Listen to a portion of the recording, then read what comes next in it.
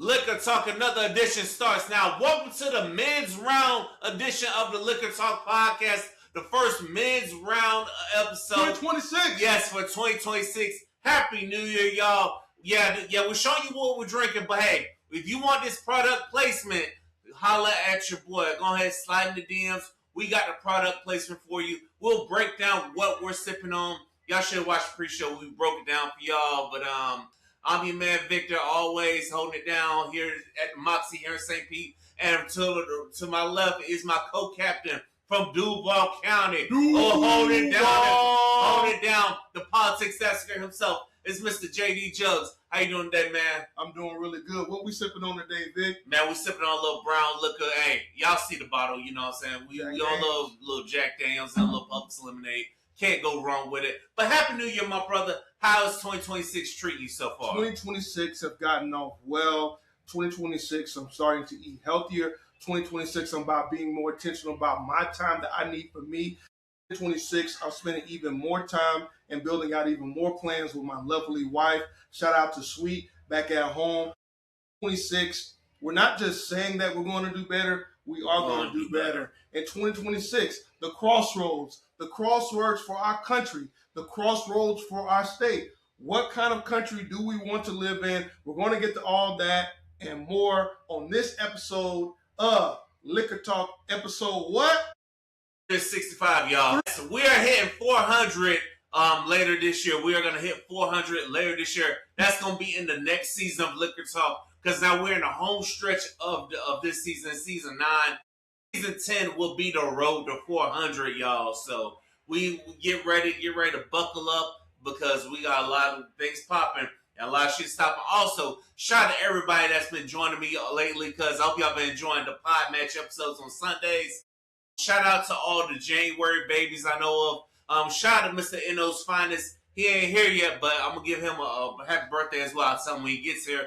But happy birthday to him as well because he took on the lead, and he's been the real MVP, man. You told me to give him a shot, and he took it and run with it, man. So, happy birthday to Mr. Inno's Finest. Also, happy birthday to a couple of my guys, my dog Alan from Philly, man. Happy birthday to him, too, man. He's somebody I'm going to hope to have perform as well later in the year. And happy birthday to my first co-host, LaShawna. I know it's been a long time since you've been on the podcast, but hey, I'm still showing you love because you held it down for the first 2 seasons, so I always want to show love. So happy birthday to all my January people out there. So happy birthday, y'all. And also, real quick, Juggy, man, I'm sorry about your Jaguars, man. Man, it's always hashtag Duval till we die. 904 to the meat show. I'm still with my dogs. We built up a great foundation. We were 4-13 last year to 13-4 this year. We clinched the division. Hey, Houston Texans, you got past the wild card round. That shows you the AFC South. Ain't nothing to be played with, even though the narrative for our division is just trash nationally. Yeah. But in any case, I'm still proud of my boys. I'm proud of Trevor, proud of Liam. We got Gladstone. That's the smartest GM in the league. The future's bright for my boys. Yes, it is. What about them Tampa Bay Buccaneers? What happened? Listen, you know what? Godfrey Saints had one fucking job, but you know what? I'm not even going to put down him. I'll put down my team for being in a place where our fate is being determined by another team, you know? Because if you have to do that, then you don't deserve to be in the playoffs. And for all you Buccaneers fans, let it go. Quit being so damn salty because I saw on social media a lot of Bucs fans that were happy that the Jaguars lost. Man, quit being so goddamn salty. Liam Cohen left, so what? You know, I know y'all didn't like the way he left. You know, I wish he would have been more honest and upfront. He would have said, he should have just said, hey, I will accept the offer. But if Jacksonville fires their GM, then I'm going to head to Jacksonville. He should have just been a little more honest. So I understand the saltiness, but let it go, man. Root for this man's downfall, man. We are better than that, Bucs fans. Yeah, and as a diehard Jaguars fan, let me tell you, we respect the Tampa Bay Buccaneers. Again, the way he did it, I agree. It wasn't the best, but every coordinator in the NFL is looking for their chance to become a head coach. And Liam Cohen saw a great opportunity in Jacksonville and capitalized on it. You got to give him props for that. Yeah, he got to. And you know what? And I will tell Jacksonville, they did something that's going to show all the NFL teams. If you want a quality head coach, you got to get rid of your GM, especially if it's a terrible GM, because they had San Francisco's old GM, and there was a reason San Francisco got rid of the man. So, exactly. And as soon as Jacksonville fired him, Liam Cohen was right there, So, and the other thing is, what do y'all think about your coach, Todd Bowles, being retained by ownership at the Buccaneers? Do y'all think that he could find a way to turn around next year? Because I've heard a lot of people unhappy, but I'm not a Bucs fan, so y'all tell me. You know what, Bucs fans, I know some of us are unhappy about it, but you got to factor in the fact that the Bucs gave an extension before last season. That extension is now going to kick in, so you got to think the Bucs are not trying to pay all that money out. So, but he's going to have to nail down this offensive coordinator, whoever this next coordinator hire is. He got two of them right, and two of them are now head coaches, and they both won division. So he can pick a good offense. It's just his third one. Well, he didn't. Well, that's the one he didn't get right. So now I would like him to give up the defensive coordinator position and just be the head coach, be the whole CEO of the whole thing, because I've seen a lot of great defensive-minded head coaches are out here running things. They delegate to somebody, but yet they're not in here calling. They got their eye on the whole thing, the whole shebang, the whole show. So, and one thing I've learned about the NFL is some coaches you're only as good as your coordinators. Absolutely. Because they ain't just the Bucs that had a major fall off. Detroit kind of fell off too. What's the name of the guy that was the offensive coordinator for the Chiefs during their run? As a black guy, what was Eric Bieniemy? Yeah, and when Eric Bieniemy left, I can't remember if they pushed him out. I can't remember exactly what happened. I felt like the offense started going down on the scale. And this year was the culmination. It's just flat. And they had Patrick Mahomes as the quarterback, and he wasn't cutting it this year. So something was wrong. Kansas City's problem is this: they have no weapons for Patrick Mahomes. They had nobody. Who was he throwing to? Jason Kelce was. Travis Kelce was being inconsistent, and the O-line went on one percent. Kansas City just got to reload. That's all that is, and all that wear and tear for them Super Bowl runs. Guess what? They catch up to you. So. You know what? 5 of them things, I think. 5 or 7 seasons. Yeah. It was the Chiefs every year, man. Yeah, those runs eventually are going to catch up to you. That's what happens in sports. Eventually, those runs will catch up to you. Yep. Also, in college football, Miami Hurricanes pull it out for the state of Florida, man. What is the national championship again, Vic? It's in Miami. Oh, it's in Miami? Yes. I missed that. Yes. So the U was playing in Miami? The U is playing at their home stadium for the national championship against this powerhouse-ass Indiana. What? Yes. I know Indiana been whooping everybody's ass. Are they undefeated? And yes, they are undefeated. Yes, Indiana. That's a tall order, Vic. That is a tall order, but I never thought I'd see the day that Indiana Hoosiers are undefeated and whooping everybody's ass, because I always knew Indiana was good in basketball, but man, look at here. And you know what? So Miami, hey, y'all got to represent for all them legends, all the 2001 Miami Hurricanes that are going to show up at the stadium, bro. And also, quit crying about the NIL, y'all. For all you people that have a problem with it, yes, these athletes need to get paid, but all this coaches movement and all this transport stuff, can it wait to the end of the goddamn season? That's the change y'all need to go ahead and make. Let all this shit wait until the end of the season. All the coaches leaving, all the poaching of coaches, all the coaching of players. Let this shit wait until the end of the goddamn season, man. And, I just want to say one thing to everybody. Your team has got a chance to reload. I think they're going to increase the salary cap this offseason. Hey, have your team take advantage of that. And, you know what I'm saying? It's a new offseason, so your team has a brand new chance to get it right again and to reload. So that's what my Jaguars going to be tasked with. That's what your Buccaneers going to be doing. Yes, we're going to see what happens. But we are looking forward to this national title game. The U is back. I heard that boy Michael Irvin. They've been making news about him on social media. Michael Irvin been going on, man. Snow. He gets some of that snow to get hyped up for the game, B. Wow, you know what? It looked like it, I'm like, listen, man. I can't tell if that's his natural high. Maybe he on that powder. Maybe he is. But, hey, it is what it is, man. But, hey. He's still jacked, too. He's swole, too. You know what? And that's what them colleges need. They need your alumni and legends. Let the legends of the program be around the kids and be encouraging them and stuff. That's what they need, man. All them legends and stuff. Let the legends in, man, So, we know we got the national championship coming up. Who you like to win the Super Bowl? The teams still remaining? I'm looking at the Seahawks and the NFC and the AFC. Ooh.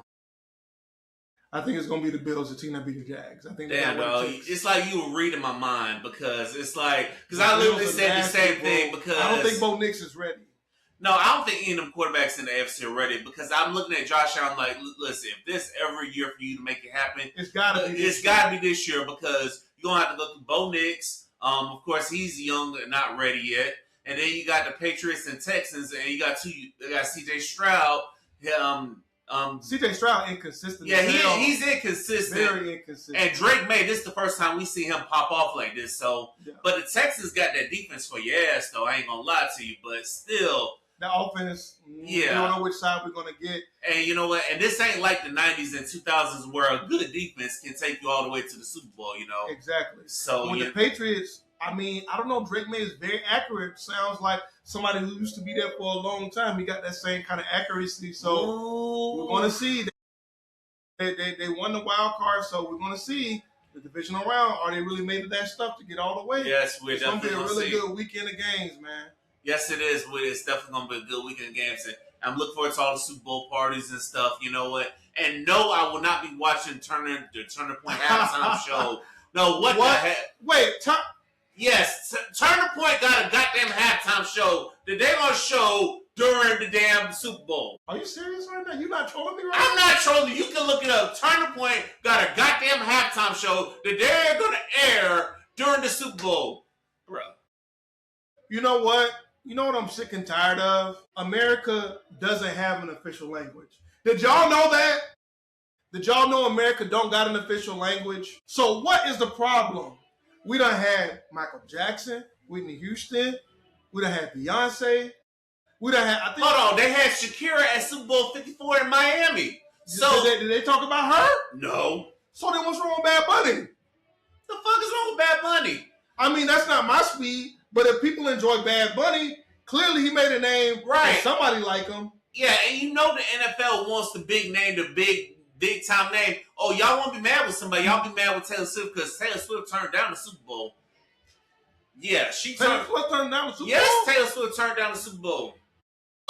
Yep. So now Turner Point got this halftime show. And then I saw on one of their little concert, those type of concerts, I saw two names I never thought I would see. I don't know if you saw it. No, I didn't. Talk to me so I can go off on this. Bruh, tell me why at a Kid Rock a concert headline by Kid Rock. Here we go.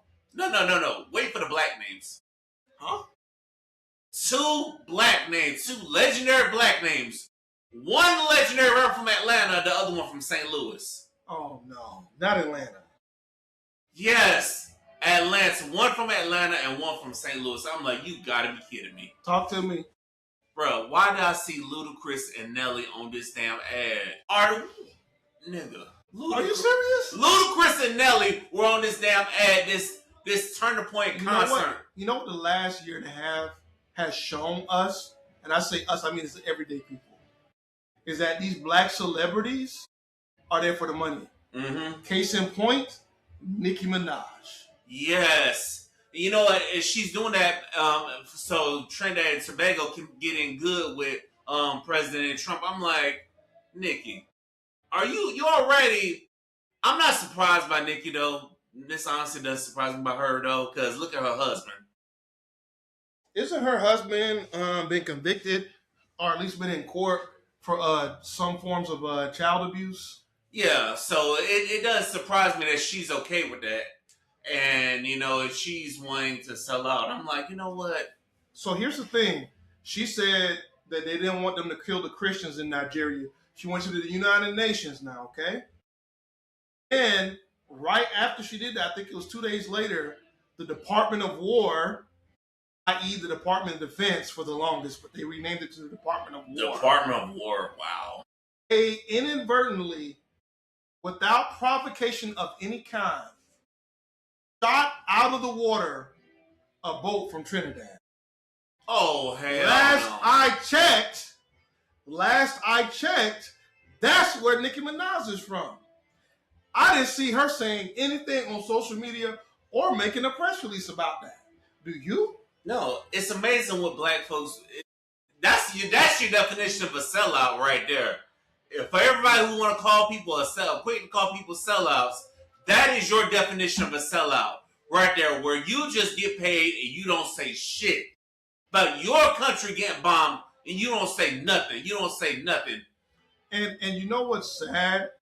She said she did a little sit down with Erica Kirk, the widow of Charlie Kirk. She said she gonna come out with an album with Erica Kirk. I'm sorry.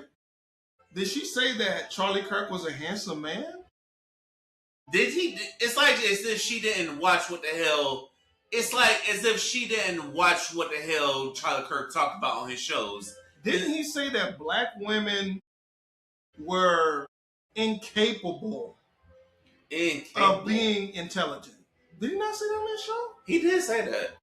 So why would you sing his praises after he's dead with his wife? Can y'all explain that to me?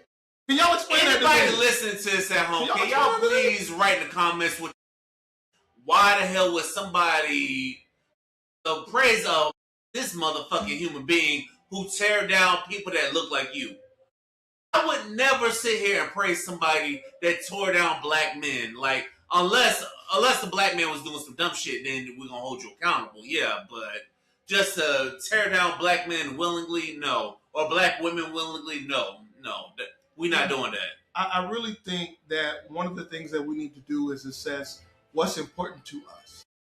We see that many people who are wealthy, regardless of their ethnicity or where they're from, people who are wealthy are choosing money over integrity and community.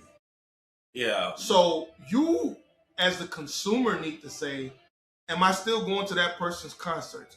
Am I still buying their merch? Am I still supporting them when they come on award shows? Am I still going to be in their social media communities? That's a fact. And if you don't think that boycott shit works, look at what happened to Target last year. When black folks look at what happened when black folks pulled back that black dollar. Now, I don't look at what happened with Target. And I think their stock is down like 15%, something like that. They've lost a lot of steam on the investment market where stocks are traded. Listen, black people spend trillions of dollars every year. Yeah, we do. Bigger than some sovereign countries. If we could get on one accord, and they don't want that. They don't want that. That's why they don't want that. They don't want that.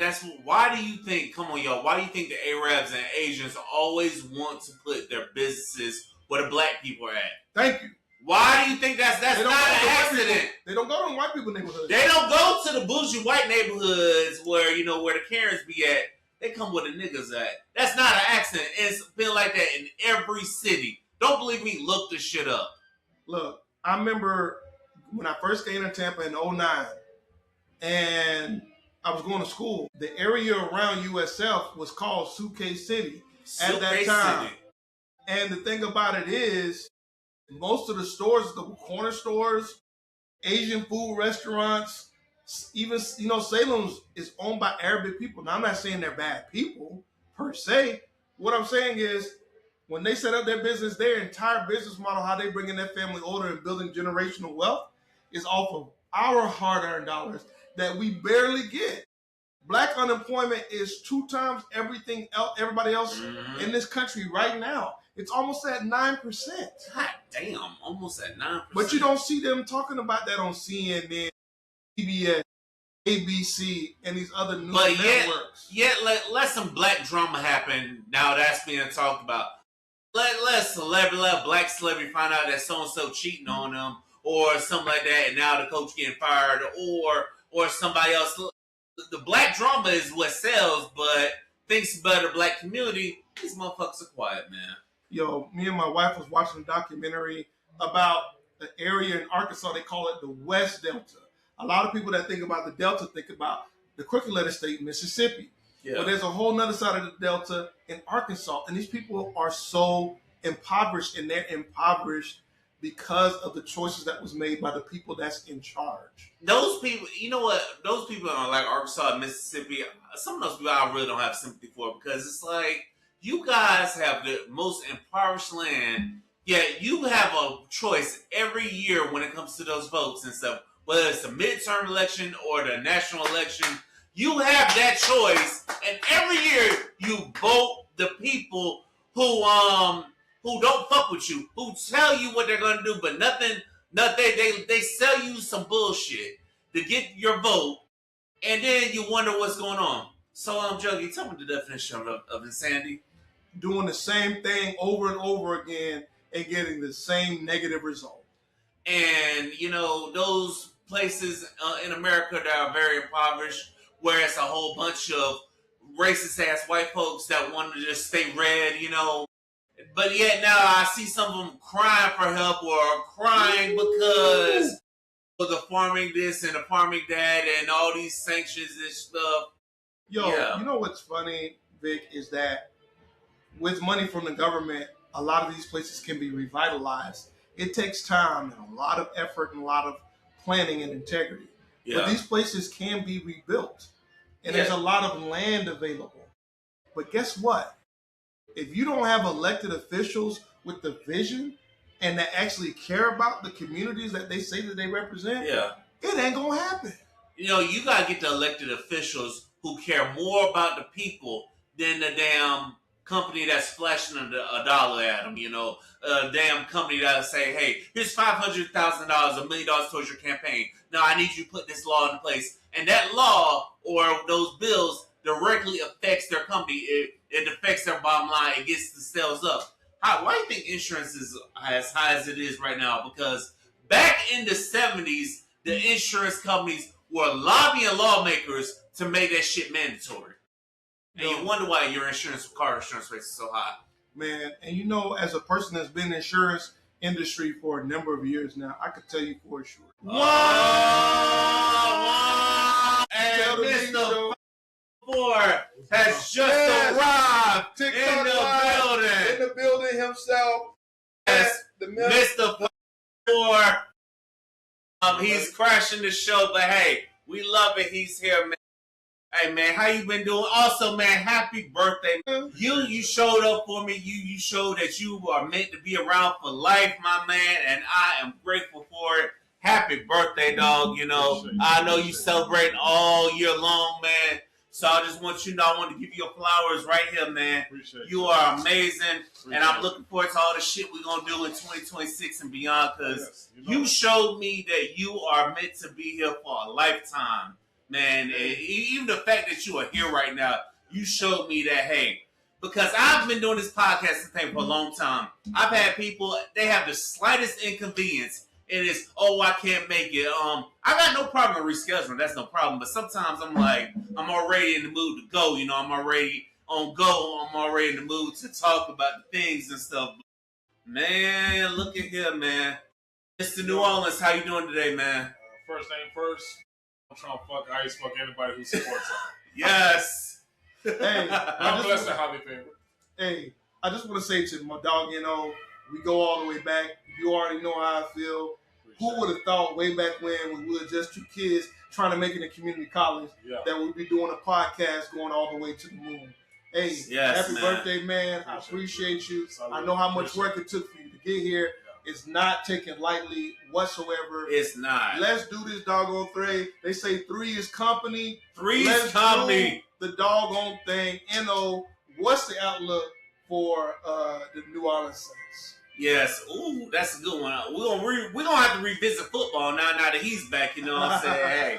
You know what? His Saints had one job, but I'm gonna let that slide. I'm gonna let that slide because you know what? My team didn't deserve to be in the playoffs. We probably would have got our asses whooped in the first round anyway. Just like the Panthers did, Yeah, I know some Carolina Panthers fans that was sliding my DMs hating and shit, but you know what? Hey, y'all better buy the Falcons or something and shit. But your Saints looking nice for next few years, though. I trust the future. Second of all, in fairness, Baker Mayfield had one. True. Oh, okay. You know what? That's fair. That's fair. You know what? That is fair. But we getting shucked tonight.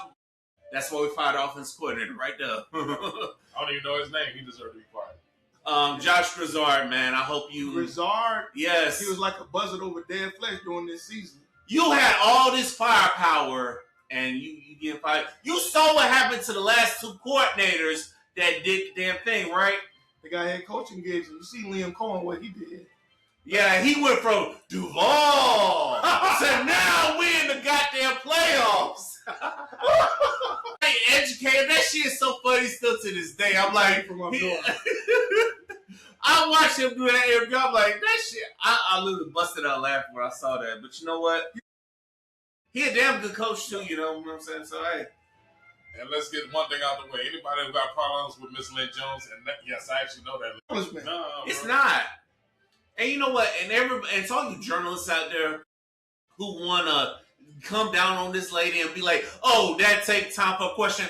Please take a tall glass of shut the fuck up and get a fucking life, man. It's okay to show love and be encouraging to a beautiful lady who wants to just show love and encourage this man to keep his head up because she know when Jacksonville was ass to now and showing her appreciation to now watching the Jaguars do the damn thing. And I want to say this. I know my coach. Cohen was one small step away from crying when she was encouraging that man. In that moment, that was the worst moment of his professional coaching career. It was. She encouraged him during his darkest hour, and I promise you, he will not forget that. He will not. He shouldn't. Especially when you got salty ass Buccaneers fans that were talking so much shit. Like, yeah, that's what you get. I'm like, y'all let it go, man. Why the fuck are y'all so salty? If y'all be mad at somebody, be mad at our coaching staff. Don't be mad with him, you know. Man, I could position. Yeah, that's true. You know what? Right. I wouldn't have fought him for that.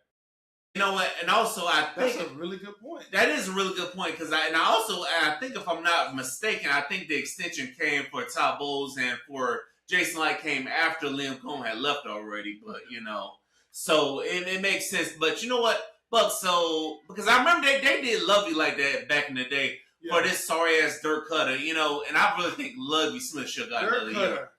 Oh, I remember that name. Yeah, and back when the Buccaneers had them hideous alarm clock jerseys and the Saints, and when the Saints were running shit, you know, it was the Saints and Panthers running shit, you know, and back when we had those, yeah, I said it. No, that was the worst era of Buccaneers football ever, and it was so bad. I remember one year where I literally took off from work to barbecue because the Bucs were playing on Thursday Night Football. We were playing the Falcons. Everything you could think of, I barbecued that day. Just to watch my team get whooped 56-14 on Thursday Night Football. And what made it so bad is I had some friends from Atlanta that come over. They were just talking so much shit. I'm like, man, if y'all don't get the fuck out of my house, you take your plate and get out, motherfuckers. Speaking of which, Matt Ryan, the new executive vice president of the Atlanta Falcons, that is a very, very interesting decision. Yeah, trust the quarterback. Y'all concerned about that as being in the same division? I mean, trust the quarterback that was the quarterback of a... He was the quarterback when you were down 28-3, so... Damn!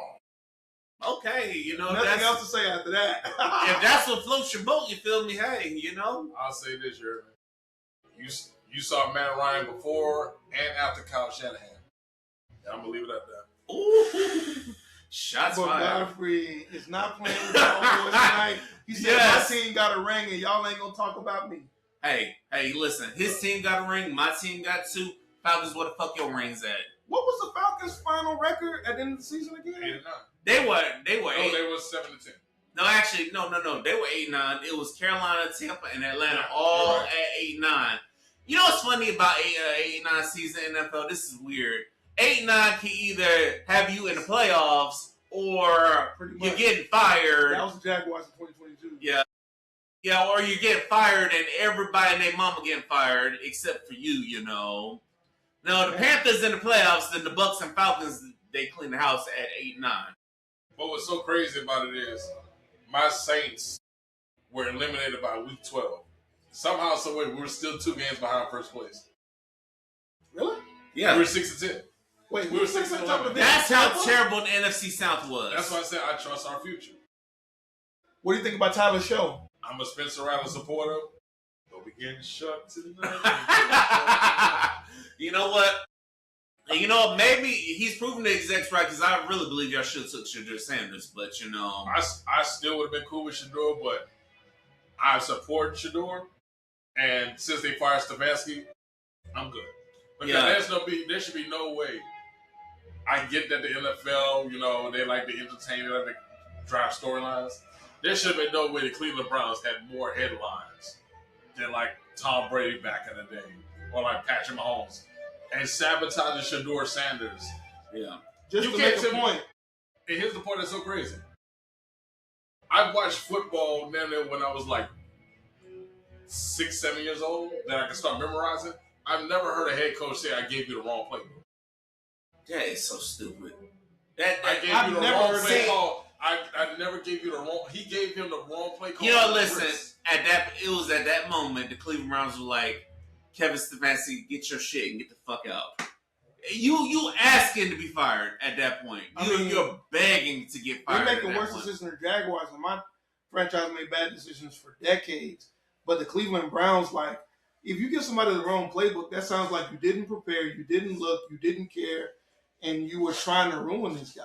Yeah, I know he didn't have the best run when he finally got to start at the end of the season when things didn't matter anymore, but he still showed you that he has a lot of potential, in my personal opinion. Of course. Now, we got to leave it right there. Godfrey, real quick, who's your Super Bowl pick? Because me and Juggy agree that it's probably going to be the Bills and the Seahawks. For disclosure, prior to Monday, I said Steelers and Rams. Oh. After Tuesday, Buffalo and the Rams. Okay. Now, who's your Stafford? Okay, I can actually see that happening. National championship. Who you like to win, Indiana or Miami? Despite the fact that Miami is playing on their home field. A part of me wants to say Miami because defense wins championships. Mm-hmm. But I got this weird feeling because of the shit I've seen with sports in general. They're going to find a way to make this closer than it really needs to be. So the reason I'm saying that is because Mendoza, he's going to be NFL nice. I don't think elite yet. But in Mendoza, that boy's the truth. And they got a nice little receiver core. But Miami, since like the ACC championship game, if I'm not mistaken. Yeah. They didn't even make the ACC championship game. But Miami, I get it. But ever since the start of the college football playoff. Yeah. I'll give you that. They've been on fire. They've been the best defensive team in the entire playoffs. As with championships, as someone who's a Peyton Manning supporter and watched them score 8 points against the Seattle Seahawks, I'm not going to take no chances. I'm going to say to you, I think they'll bounce back, and I think this is what the NCAA wants. They want to bring back the Miami University. They want to make sure, like, if ever until they say Indiana starts winning championships, that's going to be like the downfall of college football because they're used to their powerhouses being the top dogs. Miami, Alabama, LSU, Ohio State. That's Georgia, that nucleus. Georgia, you hear me? So, honestly, I'm going to say Miami. You know what? And also, bonus question for you. How do you think Lane Kiffin going to do in LSU? Because we know in Louisiana, the Saints... that's also your team. Yeah, the Saints and LSU run Louisiana. I watched a documentary on that, but how do you think that's going to be? Because you know what? I really feel like they could have waited to the end of the season, but, you know. I blame Lane Kiffin for it, but I'll say this. We'll get to the playoffs with Lane Kiffin. National championships, I need to see by year 3, year 4. Okay. But he's going to do way better than Brian Kelly. Brian Kelly had no business being in Louisiana to begin with. Whoever the AD was, I couldn't find out. I don't even remember his name. But he was the same guy that bought out Jimbo Fisher's contract with Texas A&M. Oh. And when Jimbo left for Florida State and Texas A&M. And we haven't heard from Jimbo Fisher since. So listen, to all you college coaches, anybody listening out there, not all money is good money. Sometimes you need to stay behind where you're at because you can take that high-paying job and then we won't hear from you ever again. We're going to leave it right there. Ladies and gentlemen, this is Liquor Talk. The more you drink, the better we sound. Shout out to everybody that's tuned in right now. We got the full squad here for the first men's round of 2026. 1 cup down. Yeah, my dog ain't playing. 1 cup down shit, man. If y'all see me at Secrets Tampa, mind your business. Fuck you. Solo cup. So let's have a party. Let's have a party. Cheers. Yes. 2026. 2026. Life, health. Prosperity. Yes, prosperity. And we're going to be fucking winning in all aspects. We're going to be winning at this podcast game. We're going to be winning in everything we're doing. Hey, my dog, Deontay Kyle, grits and eggs, we coming for you, nigga. Yeah, nigga, we coming for you. No, Deontay Kyle, you bring the grits and eggs, and we going to bring the liquor. How about that? Yes, sir, yes, it is. So I recently had a beautiful young lady on. Shout out to Taylor. She's this beautiful lady holding it down in Atlanta by way of the Bay Area. She asked the question to the man because, you know, she's already married and stuff, you know. She wants to know, do we still believe in marriage? Juggy, I know you're already married, so I'll get to you in a second. But Mr. N.O., while you're pouring up, what do you think? Do you still believe in marriage as a single man? Yes, I do. Absolutely. Because one thing about it is my parents are married. My brother was married. I believe in marriage. It's just the fact that we live in a generation where some of us are still trying to figure it out, you hear me? Some of us are still, like, damaged internally.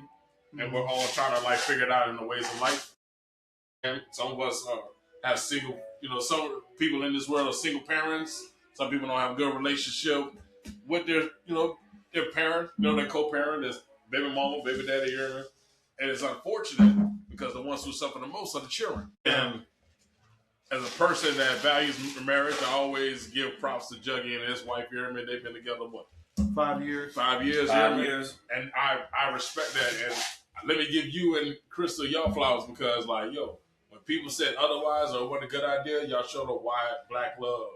Yes. Still matters. Yes, I definitely agree with that. I definitely give him his flowers because you know what? He hung in there through the good times, the bad times, the ugly times. Because I know there are times where you just like, man, I really hate you right now, but I still love you, you know what I'm saying? Because also, shout out to my friend Kai. He's been almost married for 10 years. You met Kai, but yeah. Shout out to my bro to Kai. Both y'all have met him before. He's my high school bro. He's been in this marriage thing for almost 10 years. Hell, I remember in 2016 or 17 he got married, but he's been with that girl for a long time. Do I still believe in marriage? Yes, I do, even as a single man, because I believe with the right woman, you can fuck some shit up, you know, because there are some women that they get married to you, but they only married for the money. But with some women, you can build property, you can get things, you could really fuck some shit up because this young lady, if y'all go back and y'all listen to that episode, this young lady, she told me how her and her man, they both were like, when he was from New York and she was from Cali, so they settled on living in Atlanta. She told me how they opened businesses together. They started rental properties. They had the rental car business. Now she got a tax business. Man, they were working hard together. So you know what? With the right woman, I believe you can fuck some shit up. So you know what? And to find that right woman, it's a challenge. But you know what? With the right one, you know what? You can really build some things out. So to all my fellas out there who are single, hang in there. And even if you got to hang in there for a while, don't just settle for somebody out there. No, settle for the one that's going to grind with you, that's looking to be a contributor, you know, not just a consumer. Because I've heard stories of so many women that they with you when you win and everything going good, they with you. But time the money stop, guess what? They out the door. They already halfway out the door. They don't know how to handle adversity. As true as that sounds, I do want to add this part here.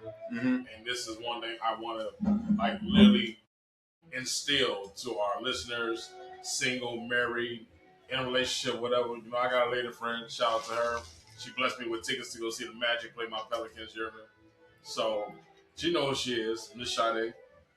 The reason I bring that up because I've noticed in relationships, especially in the social media era, some of us, men and women, be looking for convenience. We don't look for partners. Mm-hmm. And that's what kills relationships nowadays. Like, we already see these women out here that ain't comfortable in their own skin with these BBLs, these implants, trying to look like the Kardashians, knowing for a fact that they're rich versions of broken homes themselves. And they don't even know how to maintain them BBLs, but continue. And I'm still trying to process the fact that you spent all that money to get your body done and you poorly maintain it. That just shows you're lazy as fuck. You really are. Some of these dudes be picking these women based on convenience. And at some point in time, when do we as men, if I know that's my round, you hear me, if that's my homie, when do I come out the blue, sit to the side and say, hey, bro, what are you doing? Yeah. Why are you picking this chick? You know for a fact, she can do a little something in the bedroom. You know for a fact she's gonna spend money. You know what you signed up for when you was messing with this person. Mm-hmm. You can't get mad all of a sudden when she leaves because all it was a convenience. It was.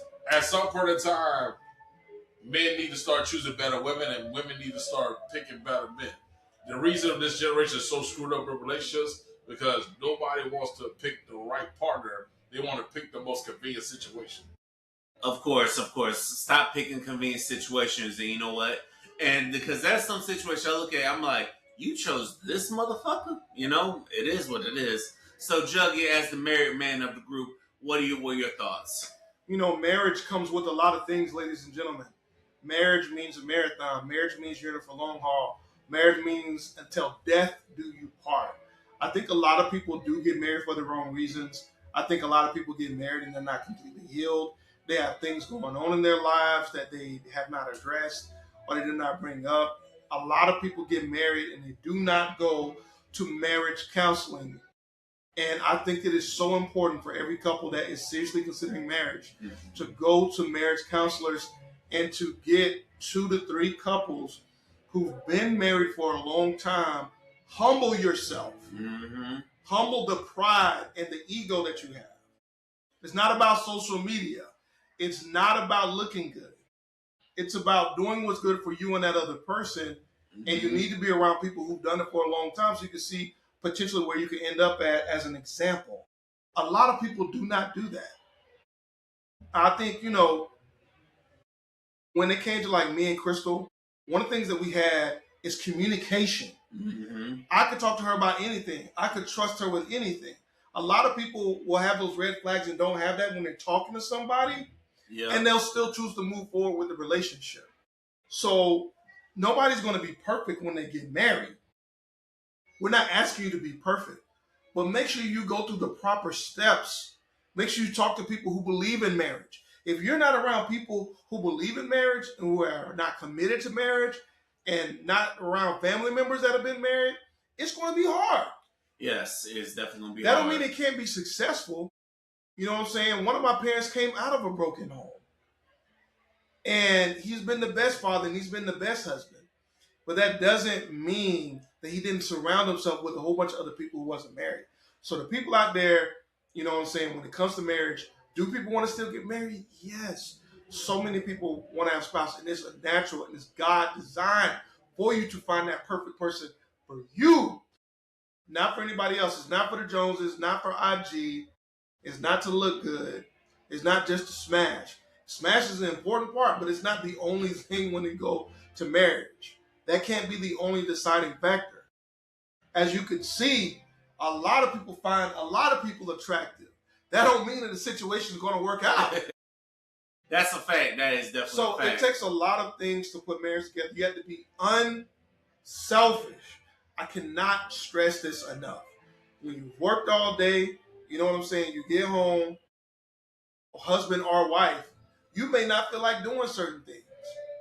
But you have to be unselfish enough, and you have to have the emotional intelligence to see that your partner could have had an even worse day than you, but you don't know that because all you want, can you do this? Can you do that? No, going with the heart of love. Love puts somebody else before themselves. And so I think people really, again, go to marriage counseling, get around people who've been married successfully for a long time. Don't go around people who hate marriage. Don't go around people who are all around divorces and go through breakups and get with this person for 1 month and the next month they're with another person. Get with people who've shown longevity. Take the time to listen to them, put them in your schedule so you can see what it actually takes to be successfully married. That's what I would say. Of course, you know, I definitely agree with that. I definitely thank you for that perspective because you set everybody straight right there because a lot of people, you realize that marriage is not the championship, not the end-all be-all. It's just another starting point, you know. It's just the beginning, and you know what? Life, it's a lifelong journey. So marry someone who is coachable, who is humble enough to take accountability when they fuck up, and also marry someone that's into you because if they're into you, they don't give a fuck about how much money something will cost. If you need it, they're gonna get it. If there's a time where you don't have it, they're gonna make it happen. They gonna make it happen, and they're not gonna bat one eye at you. You know, so choose the right person. And yes, to answer your question, Taylor, we do believe in marriage out here. So to all the single men out there, hang in there. We're gonna make things happen. Go ahead, Godfrey. Let me ask you a question, and it's kind of interesting that you gave that beautiful statement. You know, props to you and Crystal here, but when you and Crystal was going through marriage counseling, what's the one thing you could say that you learned from marriage counseling before you took that next step to be married? The one thing I learned from marriage counseling is that I realized that I sometimes don't listen actively. I need not to listen to respond. I need to listen to understand. It's something that a lot of men have a problem with.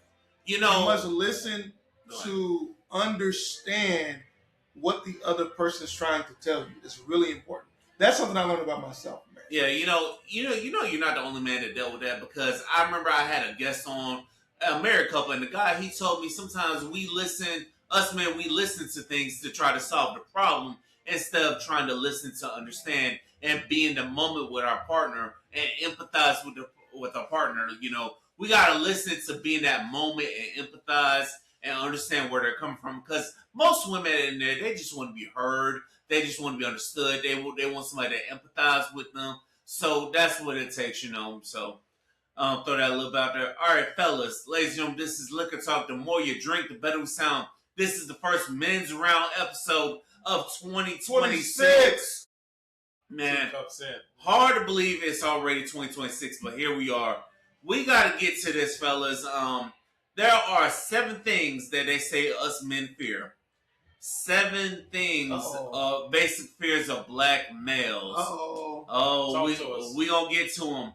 The first fear is fear of dying young, fear of being broke, fear of rejection, the fear of appearing weak, the fear of prison, the fear of irrelevance, and the fear of being apparently unintelligent. Which one y'all want to start with? Let's start with the fear of being irrelevant. Oh, the fear of being irrelevant. So I think that there's so many geniuses, intelligent people, so many people who have ideas in the black community, specifically black men, that never get the light of day. They never get out of their neighborhood. And that's because the larger society that we live in does not allow for us to be our full selves intellectually. There are kids out here learning how to cure cancer, creating condoms that change color when there's an STD. Kids are coming up. Wow. And so it's not getting national attention. And that's because there's an agenda at play. So I definitely think the fear of being irrelevant, the fear of being second fiddle, being the assistant, not being the lead, not being in the spotlight, not being praised or shown for just who you are. I think that that's a real fear. I think I've had that fear. I think we've all had that fear because we've had to see examples of it, because there's been so many times a black person has been the brains and the engine of something, but yet it's a face of somebody totally different. Like a black person, they came up with everything, but guess what? It's this other face that's not like them, because we've seen culture vultures, what?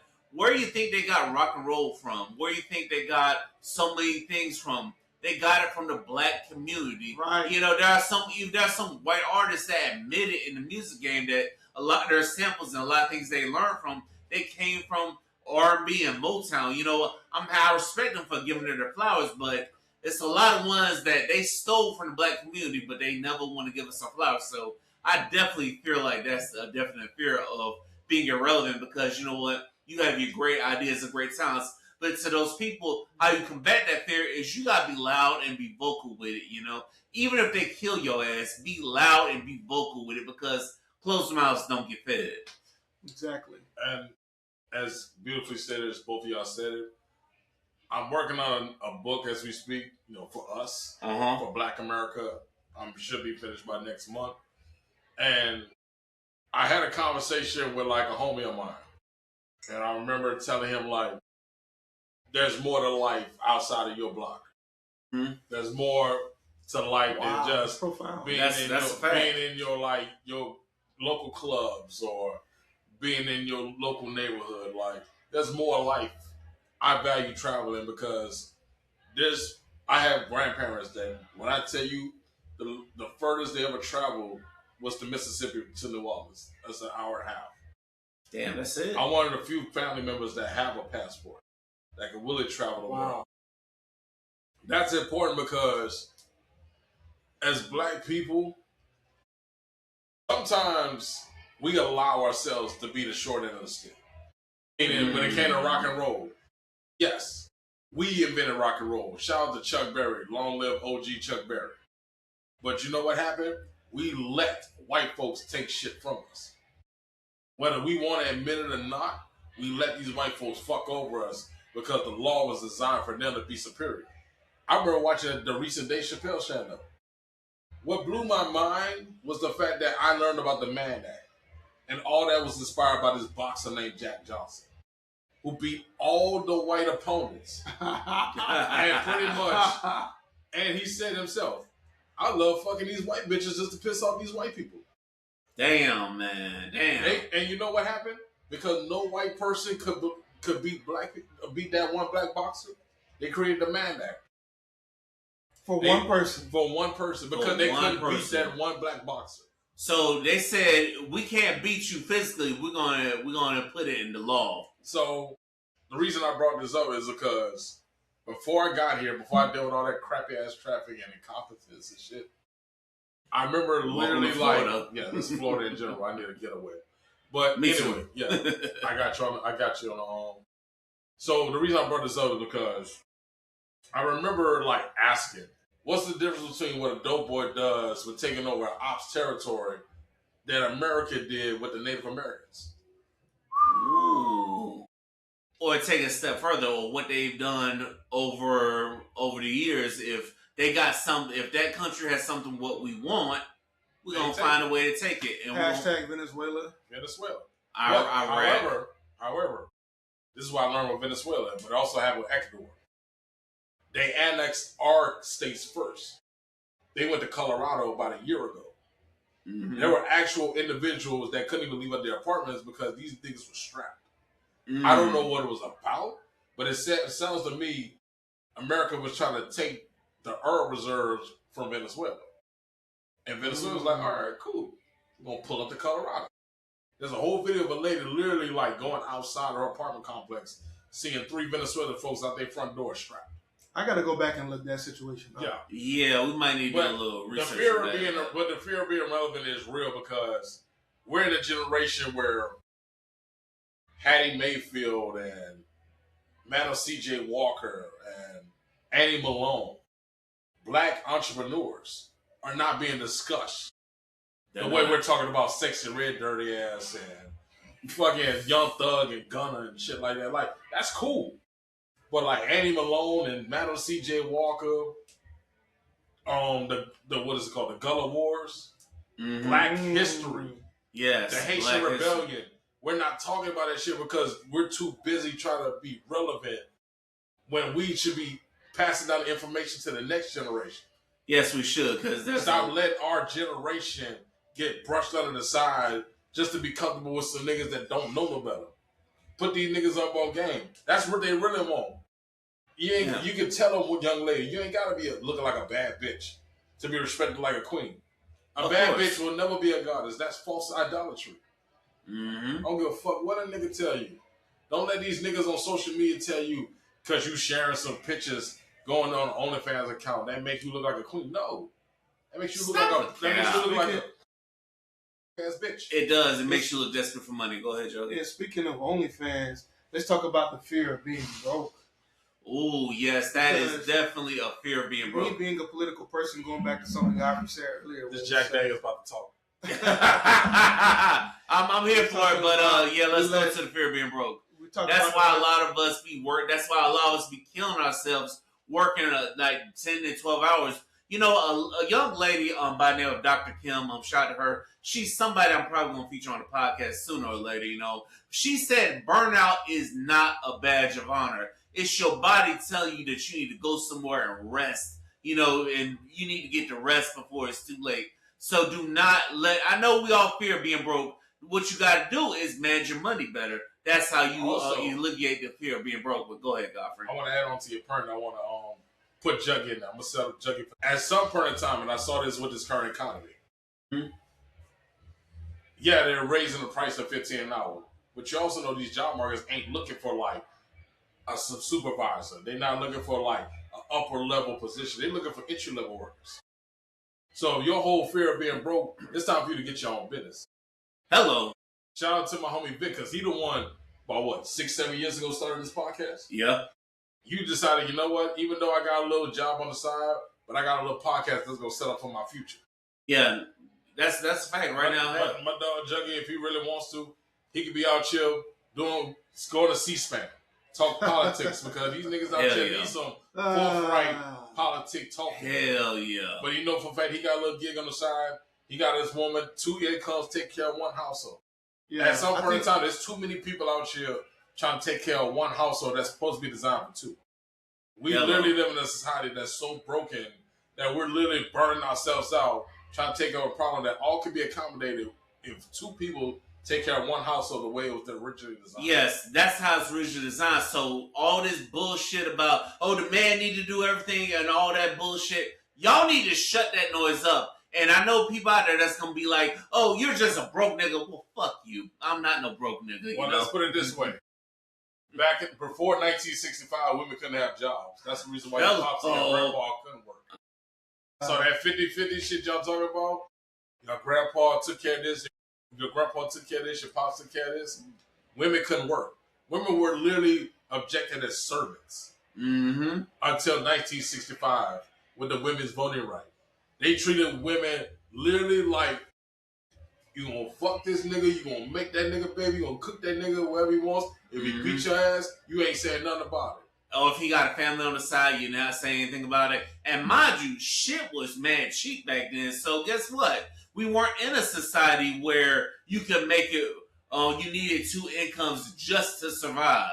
And I just want to tell everybody this, you know what I'm saying? There's a lot to unpack here when it comes to the fear of being broke. There's a lot of systemic, institutional laws, and things that were intentionally designed to keep black people down.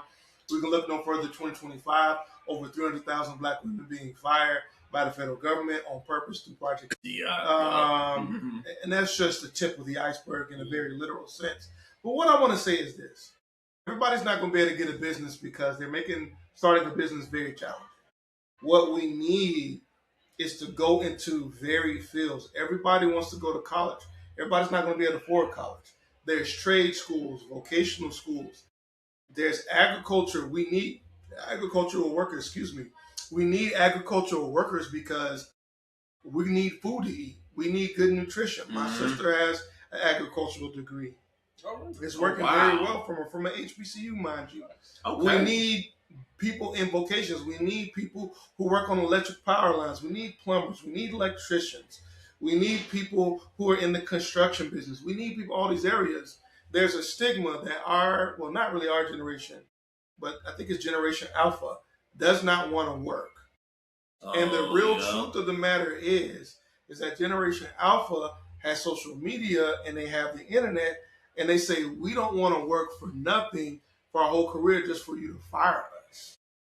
And so we're at a place where we need to get back to community economics. I know it's an old thing that we always come back to, but no community dollars leave faster than the black community. That's definitely a point. And like we made a point earlier in the episode, why do you think the Asian and Arabs build their businesses in the black community to take that damn black dollar? And why do you think black companies, black-owned businesses jump through so many hoops just to have a business, But go ahead, Juggy. Godfrey, my bad. I don't look dark skin like that. Juggy can pull up the dark chocolate. I ain't got it. My bad, G. My bad. But I told you Jack Daniels would talk. It is talking. Yeah. Go ahead. But I agree with what everybody's saying on here. Like, at some point in time, like you said, with Generation Alpha, I did a video about this. And there's this guy, his name is Jordan Holland. He's the guy who does the little skits. He tries food out. He travels to different that brother, man. Yeah, that brother. Glasses, light skin with the glasses. The brother, he be everywhere. I remember telling Godfrey one time, man, I want to be like him, man. He has the type of freedom I want with my life. And I'm exactly. And the reason I bring him up is because He did a video talking about who's harder to work with, millennial baby boomer generation, or is the generation like the generation X and the alpha generation are hard to work with. Mm-hmm. I said, reality situation is both. Meaning the alpha generation, Gen Z, is it Gen Z, right? Yeah. Gen Z and the alpha generation are harder to work with, and the baby boomer close to millennial generation are harder to work for. The first problem is the problem is the Gen Z and the alpha generation feel like having a job is a privilege when it's supposed to be an opportunity. I don't have no problem with like the Gen Zs and alpha boomer, the alpha generation getting their money because they're finding a way to get it. Because at some point in time, these dollars are being stuck to the baby boomers. People don't realize the OGs, the baby boomers, they're the ones that got the money. They're the ones that got ties to these networks and these companies and shit like that. We're supposed to be the ones that's supposed to be next up. But they're hoarding all that money, so we can't get it. So now we got to find a way to persuade them to get that money to us. There should be no way. One thing I always rock with Juggy about, even though I'm not a political person, one thing I've always noticed with Juggy, and he always talks about this in political stance, he's all about progression. Yeah. And if you look at the state of like the governments in this country, none of them represents progression. It's not. They represent this last bit of like, how can I say it? That last bit of like a hoorah. The last hoorah, the last ride. Yeah, Obama was on an interview. President Barack Obama was on an interview. Mm-hmm. I cannot remember who it was. I think it was, what's the podcast with Channing Crowder? Yeah. And they asked him a question about what do you think about current political leadership, right? He said, what you learn about politics is there's a whole bunch of old men who refuse to let go. And that's it's true. And that's America right now. Donald Trump is an old man who doesn't want to let go of the white supremacy. And literally will let the country die to hold on to their pride. And listen, the thing is, it's not just him. It's like old women. And also look at the Senate and look at the House of Representatives. A lot of those people are 80 and 90 years old. If you don't take your fucking ass to a goddamn retirement home and just chill, or take your ass to a nice ass island somewhere, And a quick little note to go along and tie in, to plug in just with what Vic is saying. Yeah. Check this out. Over the last 3 months, there's been like 6 elected officials on the federal level that have actually died, which has actually opened up the road for Democrats to try to get a majority in the House during the midterms. Ooh. Because some of the Republican elected officials in the Senate and in the House are aging out, and they've actually died. So the margin, so the supermajority they had is slowly creeping coming down. And now we're at a point where the Speaker of the House, Mike Johnson, Louisiana, we were talking about that earlier, Louisiana Delta, his spot is now in peril. He is up for getting kicked out because they don't have the tight grip that they had before. Listen, y'all need to get behind your millennials who are about change. Get behind the people who are our age in our mid-30s or younger. Get behind them. That's our rally cry right there. Politics made Jasmine Crockett. She's going for Senate of Texas. Yeah, and I think, even here in Florida, there's a couple small cities. What's the other 7 fears? I want to. Okay. Let's get off that. Back to that. My bad. Listen. We're gonna give Juggy some more time about that. Let's see. We already we covered about 3 of them. Listen, we talked about broke. We talked about irrelevant. Let's dive into the fear of dying young. Listen, how you do that is you gotta take care of yourself. You gotta take vitamins. You gotta watch your diet. You gotta be active in things. So you gotta take care of yourself if you want to die young. And also you gotta watch the company you keep. You gotta watch who you hang around too, because to all you YNs right there, this gang life ain't pretty, It's not pretty to get killed, because a lot of you don't hear stories about the people who got killed at 19, 20, or the ones that get sent away to prison at 20, 21, 22. They sent away to prison for most of their life because of some dumb shit. Like, I remember to this day, like, I used to work at Coca-Cola right around 2023. I want to say maybe 5 months into the job, I met an OG from Miami. Me and him hit it off. We cool, chopped it up, told him I'm from New Orleans. You know, he's from Miami, Liberty City, shit like that. I'm like, okay, what's that with you, bro? He's like, man, where you come from? He said, man, I just came out of jail. Oh, wow. He's like, okay. I'm like, oh, good to see you back in the civilization. You hear me? Making sure you good, back on your feet. He's like, yeah, bro, I did 20 years. 20 years. 20-year bid? 20-year bid. I think he said it was a murder charge. Now, mind you, he said that my whole... I literally realized my parents raised me right here, man. Because, understand, we might not have lived in the most perfect conditions, but we also had parents that put us in the right direction. That's a fact. No matter whatever their personal problems was, no matter what obligation they had to the household, taking care of the kids, they made sure our asses were not in the street. Because let me tell you something, as black men and black women, it's easy to get caught up in the street, especially from a societal standpoint. When I heard OG did 20 years, he done missed birthdays, he done missed his mama's funeral, Damn. he done missed graduations because he did 20-year bids. Let me tell you something. You only get one life in the flesh you in. This shit ain't a game, you hear me? Stop. Don't play with your life. You get one of these bitches. You get one of these lives. Once it's done, it's done. It's not like Mario. It's not like the metaphor. It's not like Call of Duty. You get shot up 10 times. You respawn at a certain location. No. One life, that flesh in that casket is game over. That's a fact. That is definitely a fact. So y'all need to watch who you run with, because the right circles will have you elevated, as in you're making money, you're doing great things. And the wrong circles are either going to have you dead or incarcerated for half your damn life over some dumb shit. You know, I think when it comes to the fear of dying young, many of us have died young. The Trayvon Martins. Sandra Bland, technically. Yeah, Sandra Bland. Tamir Rice. The Keith Porters, going to the ICE thing. We could go on for hours and hours just calling names. We're statistic. We're just fodder for the prison system, for the system that we live in to make money. But I want to say this. If you have kids, reach out for help. But don't give up on your kids. Your kids are so valuable. We need morally bound, intelligent people in society. Black children especially. I'm going to put you in the alley. But I want to say this with Juggy to add on this part. We as black people, I don't care when we started, I don't care how we're going to start it. But black people, especially in this day and age, we need to get back to the community value. Yes, we do. We don't do that anymore. It's too much individualism. Yeah. We need to little homie out here on the street with a little knot, hey, bro, get your ass up out of here. This ain't it. Mm-hmm. Tell them little homies, Jeremy, you want to go to jail? They're going to make you somebody bitch out there. You want to be that? You want to be that person?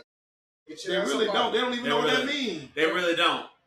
And also, nothing, they need to bring back Beyond Scared Straight. But also, to all the parents out there, put aside your fucking pride. Listen, if you see that your child is responding to someone and they're catching on, listen, you got to trust that person, put aside your personal issues with that person and be like, listen, I know we've had our beef, but you know what? I trust you with my child. Listen, you got to trust and ride with that person, because you know what? That person might be looking out for your child, because there's some people out there, they do a bad job of putting their child around people who they want to emulate, whether it's women or men, So you gotta trust the people that are speaking to your child and that your child are actually responding to, because it's short. Life is short out here, So and we don't want people, men and women, to be dying young, because they're the next generation, Yeah, we're the adults. We really are the adults. We are the adults, and the funniest part about it is that I noticed within the past, I've been in my 30s the past technically 9 years, because I started at 30 and I'm at 38 now. Mm-hmm. I've noticed in my 30s, there's not a lot of people that really embracing the fact that we're adults. And some of us still have to let go of the fact that we're in that time. It is cool, because you're right. Our upbringing was like the greatest upbringings of our lives. We had the best technology, we had the best video games, we had the best TV programs, we literally had the most insightful experience of life. And now we're the new adults and we're trying to like figure it out. And then we're trying to teach the younger generation how we grew up on, but also trying to embrace their living because they've been exposed to so much stuff in such a more convenient manner. You got to remember, like, I got a 13-year-old, I got a 12-year-old niece, a 13-year-old goddaughter, you know what I mean? They get exposed to this social media era, and that shit comes fast. So they think like you got to move as fast as them. No. You don't. They gonna burn your ass out because that emotional burnout is just as real as physical burnout. Hell yeah. And that's what leads to the number one thing you were saying. People die young because people think you get exposed to things so fast instead of like Kanye West used to say, that cautious Kanye West. Drive slow. Don't get in a rush to be grown. Live your life. You hear me? Like, don't let nobody tell you gotta live this way, that way. Be responsible. It's cool to be free, but be responsible. The key to life is balance. I can say for a fact, like, my round Juggy, most insightful individual I know, loves his bowling. But when he met Crystal, I saw a whole different type of balance in him. He evolved into that balance. I seen you, like, even with your situation with your mom, you know, man, that you bring up on the podcast, but you love your mom nonetheless because you know for a fact what she had to go through. Yeah. You and your sister.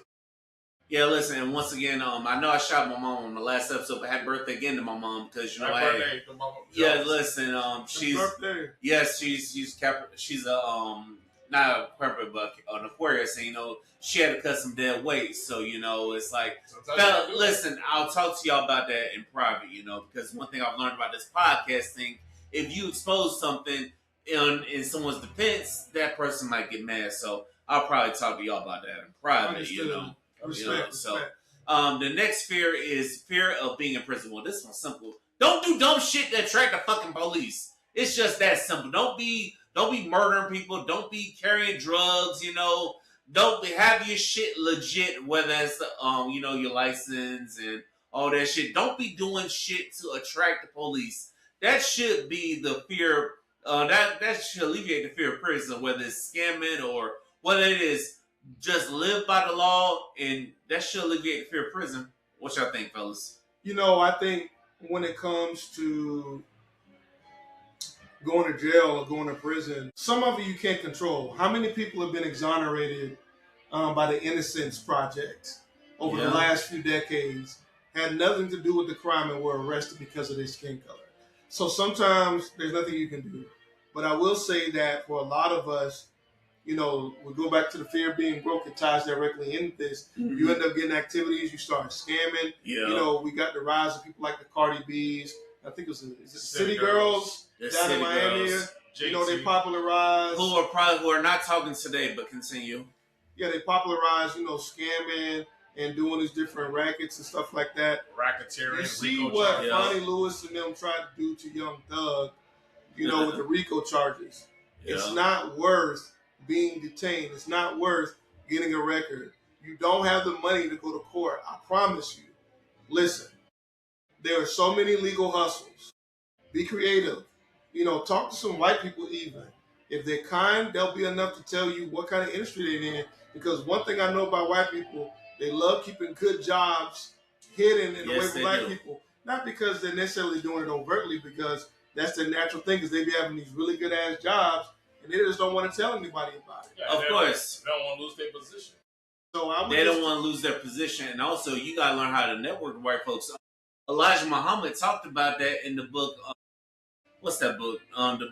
The Message to the Black Man. He talked about that. It's like certain things you got to network with the white man to learn about those things. So also be wary of that. And also because, of course, you know, they can give you some ways to keep your black ass out of jail. And also to any other race of people listening to this that will keep you out of jail. And I will also say, you know, with Elijah Muhammad, don't be like Elijah Muhammad. He had a lot of problems with child abuse. So He did. I would never condone anybody to do that. Why you do like that for anyone? That's a whole other story for another day. Listen. I understand that people did a lot of fucked up things, but you can listen to the message, you know, because a broken clock is right twice a day. So just because someone did some fucked up things, don't kill the message. That's another thing, y'all. Us as black folks, we gotta stop doing in 2026. We gotta stop killing the messenger because of the fucked up things they did in the past or what they're doing currently. You know what I'm saying? Because they might be telling you something to prevent you from going on the path that they had to go on to. Because sometimes, as someone who actually did one day in jail, you want to get treated like an animal, you want to get treated like a third-class citizen, go to jail if you want to. Yeah. But my reason for going to jail was because I missed the court date. And I voluntarily chose to turn myself in. One day is all I needed to get my shit together because I'm like, bro, I was already down bad at that time frame. Mm-hmm. I ain't never missed a court date. I paid up all my tickets. I ain't got no tolls. None of that. And, bro, when I tell you, like, what I've noticed with this generation more is niggas treat jail like a badge of honor. I don't know if it's you know, it's not just this generation. Listen, it's NBA not young boy. Listen, it's not just this generation though. It goes back because you remember back in the day they had the cookouts for so and so then came home. Ray Ray or Pookie or Ray Ray, whatever their name is, then came home. Let's have a big ass celebration. Because they started a business, and where's the fucking celebration at? Why aren't y'all going to the business? Or people just bitching because, why the fuck this price so high? So why are you charging so much? Can I get a discount? But yet they go to the white or the Arab or the Asian business and spend way more money.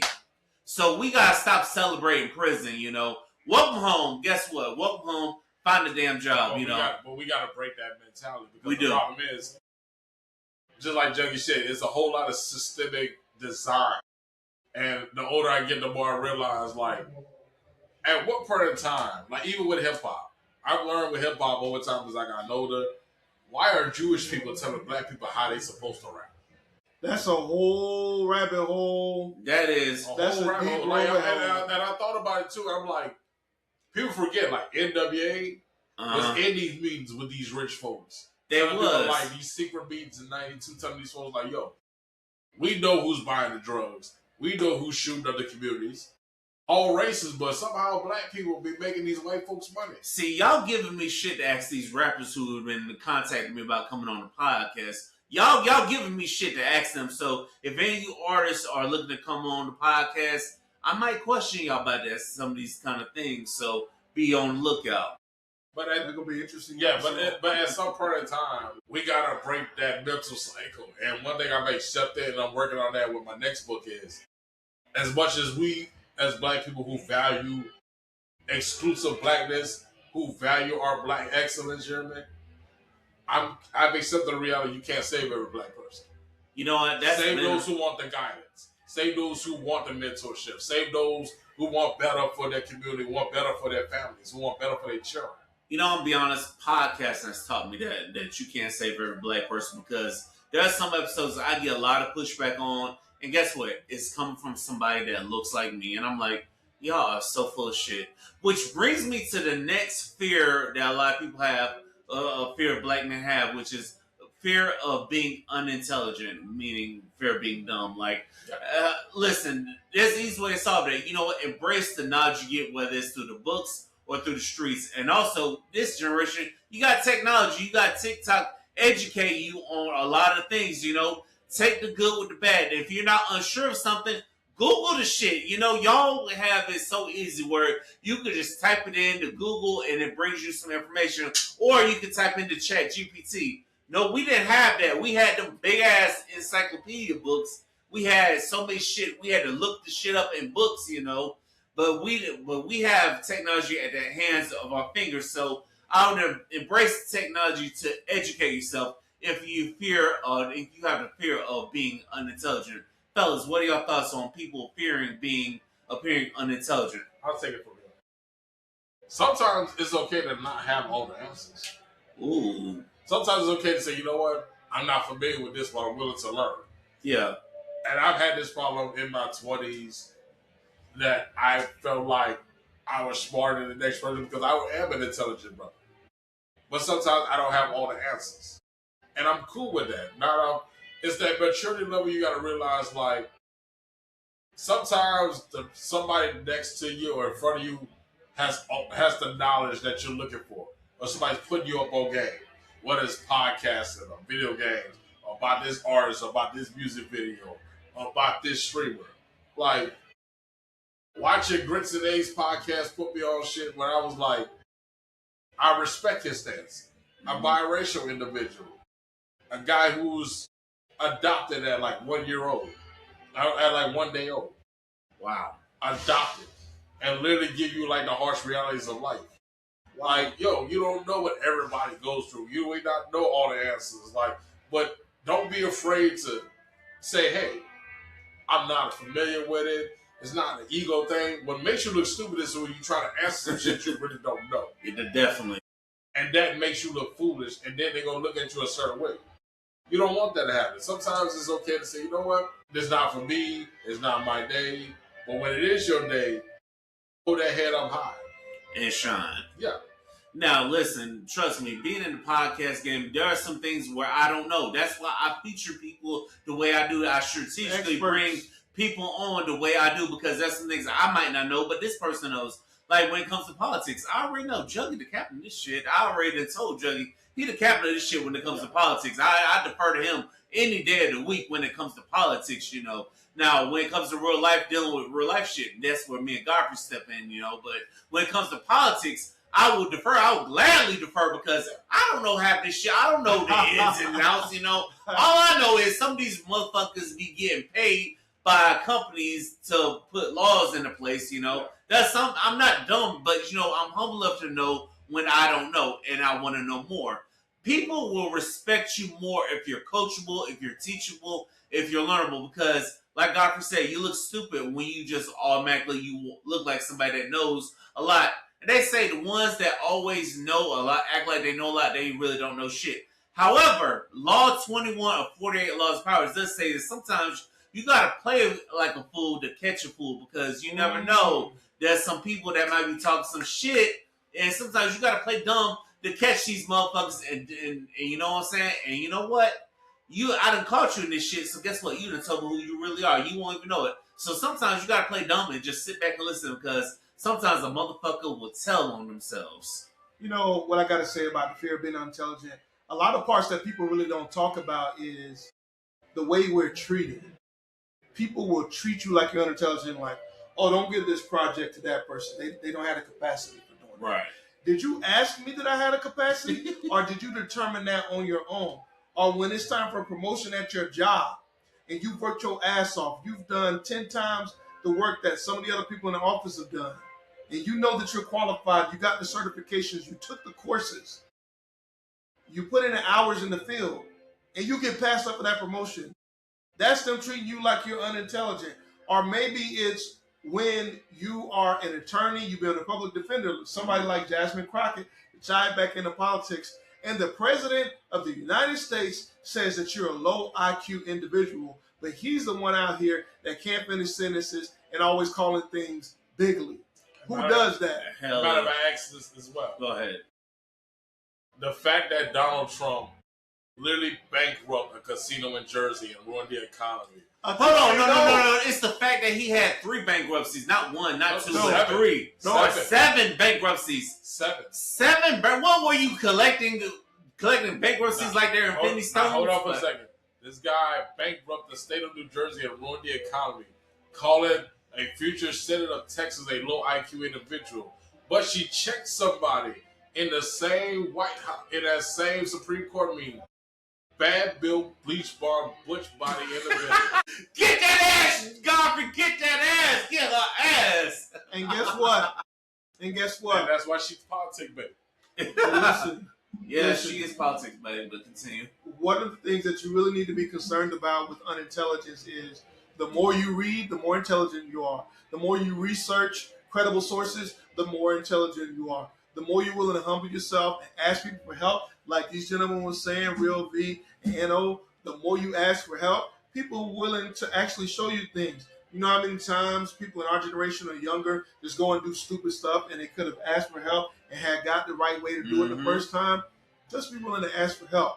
And even when you go to the job, don't pretend like you know everything. Ask them how to do it. So that way, you can't assume that you're unintelligent because you had them show you how to do it. So if you're unintelligent, they're unintelligent. Exactly. How about them apples? How about them apples? We got 2 fears left, by the way, fellas. But listen, asking for help makes you look strong, which leads into the next fear, which is appearing weak. You appear weak when you act like you know something, but you really don't. You appear weak when you are not trying to improve your health or improve yourself or doing something to improve yourself, Whether it's taking the steps like make sure you get your steps in a day or something like that. How do we alleviate the fear of appearing weak? Because when you appear weak, motherfuckers will try you faster than ever. So one of the biggest things about appearing weak is you can't change other people's opinions. Most of people already have their preset notions, whether it's what ethnicity, height, weight, race, it doesn't matter. A lot of people have preconceived notions about whether you appear weak or not. Now, one thing you can do, they say even a fool is accounted wise when he keep his mouth shut. Mm-hmm. Obviously, that goes for men and women. The idea is if you go into a room, you don't say anything, you don't make any noise, people just assume that you know what the hell is going on. As soon as you open your mouth, even if assuming that you don't know what's going on, that's when you expose yourself and you give the other people in the room an advantage over you. Of course. So I would always say observe first, let your observational skills grow, and that will take you far places. It will. And also, that's why when I go into some rooms where I don't know a person or I don't know, but I know this is a room I need to be in, I will simply just shut the fuck up and let them talk, because you know what? Because a lot of times when you open your mouth and you don't know what the fuck going on, that shows people that you will appear weak, Sometimes the strongest person is always the one that's quiet in the room. For me, to avoid that fear of being weak, sometimes you know when to be assertive, and sometimes you know when to take a help. Everybody's not going to win every debate. Everyone's not going to win every battle that's bestowed upon them. But every loss is a lesson learned. I learned over time that growing up in New Orleans, I used to be pretty docile, pretty submissive, because I didn't know how to stand up for myself because I was always taught never to fight back. But sometimes I had to learn when I got to middle school, the only way you can make it in this world is you fight back. You're going to have to, because this world, living in New Orleans, is treacherous. It's a beautiful city. It's one of the most social environments in the world. But they'll take advantage of a nigga kindness. Listen, it ain't just New Orleans, but you're right. Yeah, but don't you let nobody take advantage of your kindness because you are a beautiful spirit. Don't you let nobody say, he just tripping up. Sometimes you got to know when to pick and choose your battles. Sometimes you just say, you know what? I ain't even going to respond to him. Don't make you weak. Just make you strategic. Because you know for a fact, if a person tricks you out your position, now you look foolish in the end. He know for a fact that person got under your skin, that man or that woman. Or like when you get into an argument with a woman and shit like that. The fact that if you get into a situation or get into an altercation verbally with a woman, there's going to be some women that go make some random ass comment like, oh, you sassy for talking back to a woman. But don't even realize she already showed her weakness because you are already outplaying her intelligently. Knowing for a fact, like, the whole argument was about this, but you return it to that, and now somehow y'all raise your tone at one another. Now y'all arguing with one another. Y'all taking personal shots and this and that third. Some of it gets to the point it gets physical. And if it got to get to a physical point, you're both weak. That's also being physical, but also that tells you that is not your person. That is not the person for you, because arguments are going to happen over dumb shit. But you know what? If it's really a person, you're going to come back and work things out. Because I know Juggy noticed being married, it's like you might have them arguments or disagreements over dumb shit, but eventually y'all going to come back together and work things out. But if y'all don't and it gets physical, that's a sign that that's not your person. Or if you're at a job where somebody plays you, then that's also a sign that that's not the position for you. Also, to add on, having to be right all the time shows signs of weakness. Hello. Because if you're not comfortable with saying, you know what, he's right, I'm wrong. If you can't do that, you're weak. Because that means you'll never be able to grow. You're comfortable with being right. It has to be your way. It has to be headstrong with you. And we end up in this society where everybody got to be right and nobody takes accountability for their action. And that's why you have a lot of people that fail in life, because they surround themselves with weak-minded individuals. They surround themselves with yes men, and then when somebody calls them out on their bullshit, they want to cut them off for life, you know? So make it make sense, you know? That's how you appear weak. If you can't take criticism or you can't take accountability for dumb shit that you do, that's how you appear weak. Juggy, you've been awfully quiet, man. What you thinking, man? The reason why I've been quiet, I've just been letting you guys talk, is I was sitting here thinking the way that you appear weak is you allow people to look at you visually and they're sizing you up. They're saying, he's just a Negro. He knows nothing.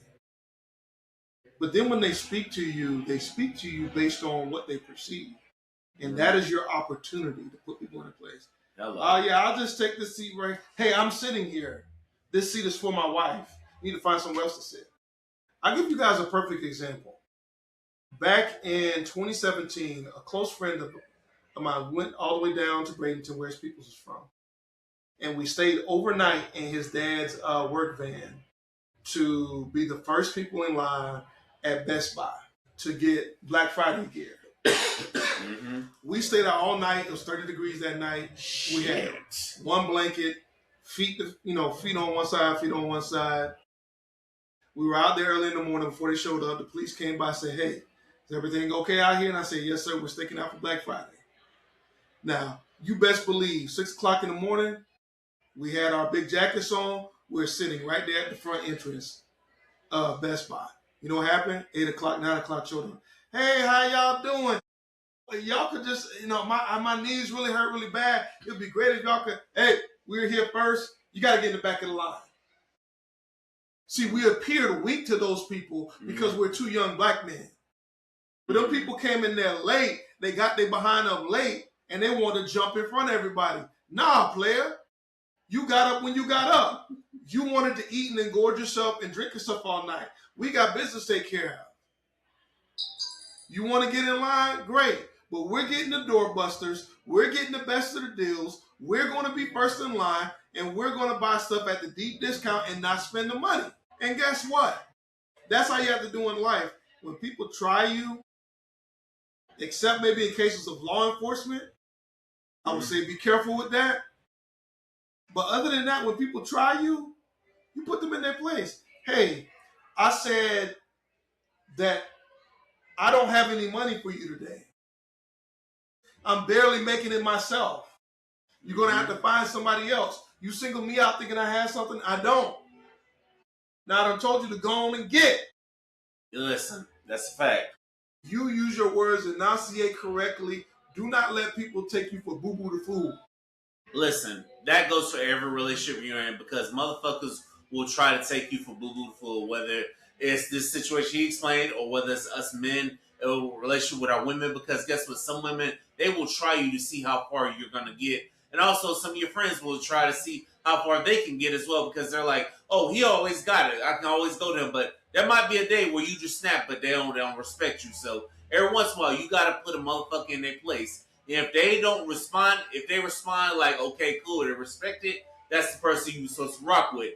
But if not, then you got to tell them to get to stepping, because there's sometimes you might snap with somebody, put them in their place, but guess what? They might not receive it that way, but they're ready to fight back. And then that's when you're like, you just got to cut ties, because you're taking my kindness for granted. Correct. And the harsh reality is, I've been in those situations like that before, and ever since maybe like a couple of years ago, I realized like you have to be assertive. You ain't got to be aggressive, but assertive. Like Juggy said, hey, y'all came in here late. Y'all thought we was just two young black men. We're going to let you slide in. No. Go to the back. We got here first. We camped out here at midnight. 30-degree weather. I've had to let some people know, like, yo, even some lady friends, look, if we ain't linking up, let me know. You're not finna waste my time. Or I had to tell, like, a couple homies of mine, like, bro, don't call my phone at 5 in the morning talking about some job. You, first of all, you tell me good morning first. Hello. Don't call my phone, hey, bro, you busy? No. Good morning. No, I ain't free. I got a life. Back then, before I had a car, hey, I'm down to make some money. But now I got my own thing going on. I'm not finna like capitulate to y'all demands. I'm not finna go out my way for y'all because I got my own shit going on. Yeah. You should have had this going on when I was out here trying to make this money. Now I found a way to get my own money. Y'all need to respect my circumstances, respect my situation. And at some point in time, whoever it is, if you listening to this, start establishing boundaries. One thing I've learned with good people and nice people, they don't establish enough boundaries. Mm-hmm. And that's why they have trust issues. Some of y'all already knew the type of people y'all were hanging out with. But because y'all felt like y'all thought y'all were exempt from the circumstances, and then they end up showing their true colors to you and realize, like, no, that's their nature. It's like that story between the snake and the frog. The snake has to go onto the other side of the river. Mm-hmm. But the only way you get to the other side of the river is they got to ride on the back of the snake. Knowing for a fact the snake is able to bite at any time. And the reason that story is relevant is because people don't understand certain people's natures, Jeremy. Mm-hmm. At some point in time in life, you got to trust people for the nature that they bestowed upon themselves, the way they were raised. If you know you got some good people in your inner circle, don't take advantage of that. If you know you got some people that just only think about themselves, accept them for who they are and move on. You deserve better, and you need to start applying better for yourself. Of course, I hear all of that. And I say this message to all my content creators. Listen, apply this message to all that because motherfuckers will try to take advantage of your kind heart. You know, they will try to take advantage of the situation. They will try to take advantage of, hey, I can't make it today, and they will try to be a repeat offender. There are some people who are not about that content creating life, who are not about showing up when we say it's time. Those people you need to get rid of. You need to put your foot down. And because Juggy, like, there's been plenty of guys that's been on this men's only round journey with us. They ain't where they at. There's been dozens of them, but you call them again to come out, they say they talk big noise. They ain't talking. If you're not consistent, it don't even matter. It isn't, so that goes to everybody because I guarantee you, for you content creators listening to this, there's gonna be people like, hey, I do this, hey, I do that.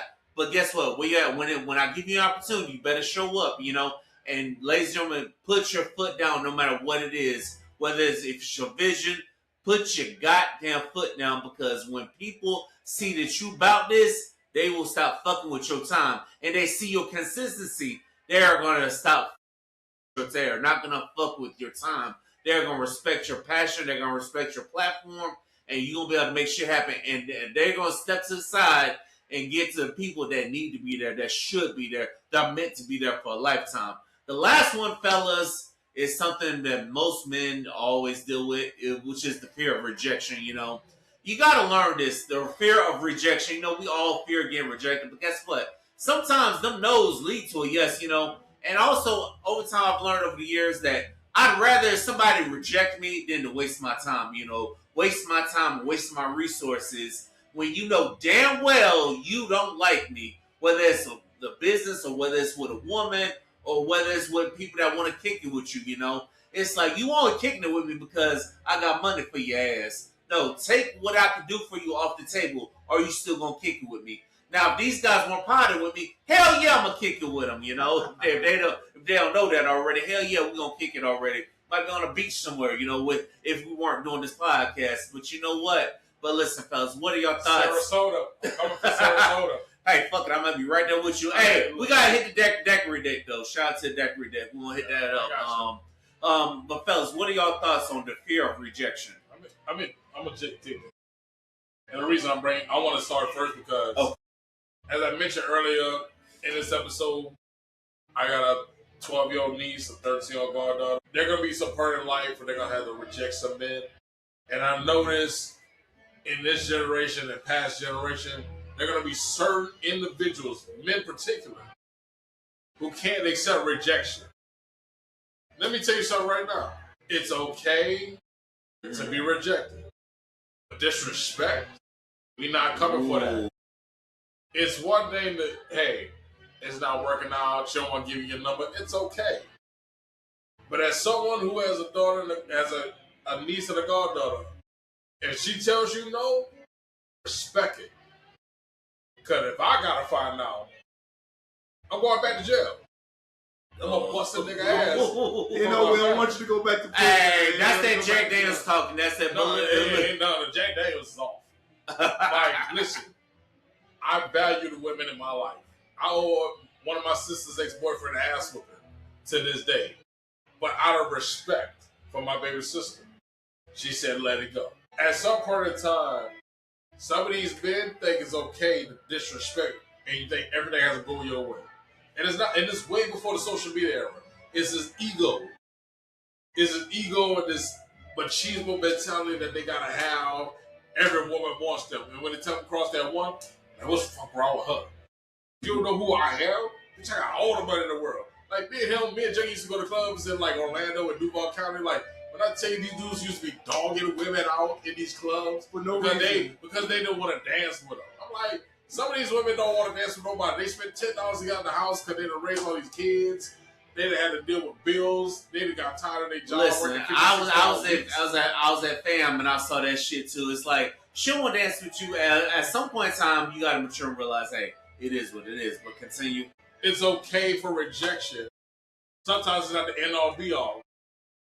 The perfect example of niggas' fear of getting rejected is the passport bro. I've noticed every person that was a passport bro only fucked with a chick overseas because the woman they like turned them down.